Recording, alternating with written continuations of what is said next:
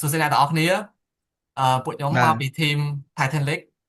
ហើយពួកខ្ញុំចូលកម្មវិធី AI for Competition and today ហ្នឹងគឺខ្ញុំចង់មាន share ជាមួយពួកអ្នកទាំងអស់គ្នា so problem ថ្ងៃហ្នឹងដែលយើងចង់និយាយហ្នឹងគឺបញ្ហា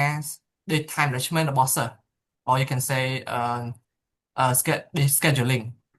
scheduling problem so ខ្ញុំចង់សួរមុនគេទៅលើ member របស់យើងហ្នឹងគឺថាទៅសួរប្រូពេងលីហ្នឹងហើយថាតើអូបរិយាគាត់ថាការរៀននៅវិទ្យាល័យហ្នឹងបរិយាអាចជួបបញ្ហាជាមួយនឹង time scheduling អីចឹងអត់ time management អីចឹងអត់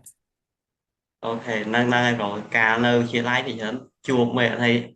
រៀបការភាគក៏យូរដែររៀបមកម៉ានដល់បានហើយយើងអត់អាចធ្វើតាមនឹងបានអញ្ចឹងអូ វាពិបាក I see I see អូខេចុះប្រហ័សបរិយាក៏មិនដែរបរិយាជួបបញ្ហាចឹងដែរបើខ្ញុំជួបដែរជួបពេលរៀនសកលត្រង់នាងពិបាកបែងចែកពេលរៀនមួយពេលដែលយើងធ្វើអីដែលនេះដែលតាក់ទងជីវិតប្រចាំថ្ងៃរបស់យើងអញ្ចឹងទៅវាពេល Yeah ខ្លះ procrastinate ច្រើនដែរ I see យ៉ាអូខេ What about pro ពាក់កណ្ដាលបរិយាក៏មិនដែរខ្ញុំធ្លាប់ជួបដែរប្រូដោយសារតែពិបាកក្នុងការរៀបការភាគដោយសារអត់ដឹងថារៀបម៉ោងណាខ្លះម៉ោងណាត្រូវរៀនអីណា I តែ see យើង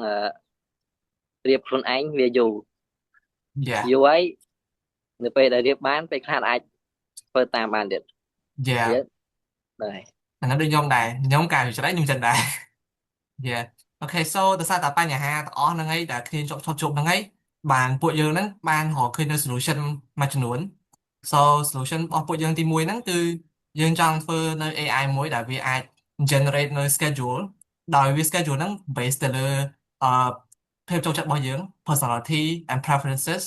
and also your free time and also យើងចង់ create នៅ time management system smart time management system មួយដើម្បីឲ្យវាកាន់តែ advance ហើយកាន់តែ efficient and ទី3ហ្នឹងគឺយើងចង់បន្ថែមបន្តិចហ្នឹងទៅលើគឺថាយើងចង់បន្ថែមនៅអឺ tracking task tracking ដើម្បីឲ្យយើងដឹងពី progress អឺនៃការធ្វើនៃការដែលធ្វើ complete task របស់យើងរាល់ថ្ងៃហ្នឹង and yeah យើងពួកយើង hope ថា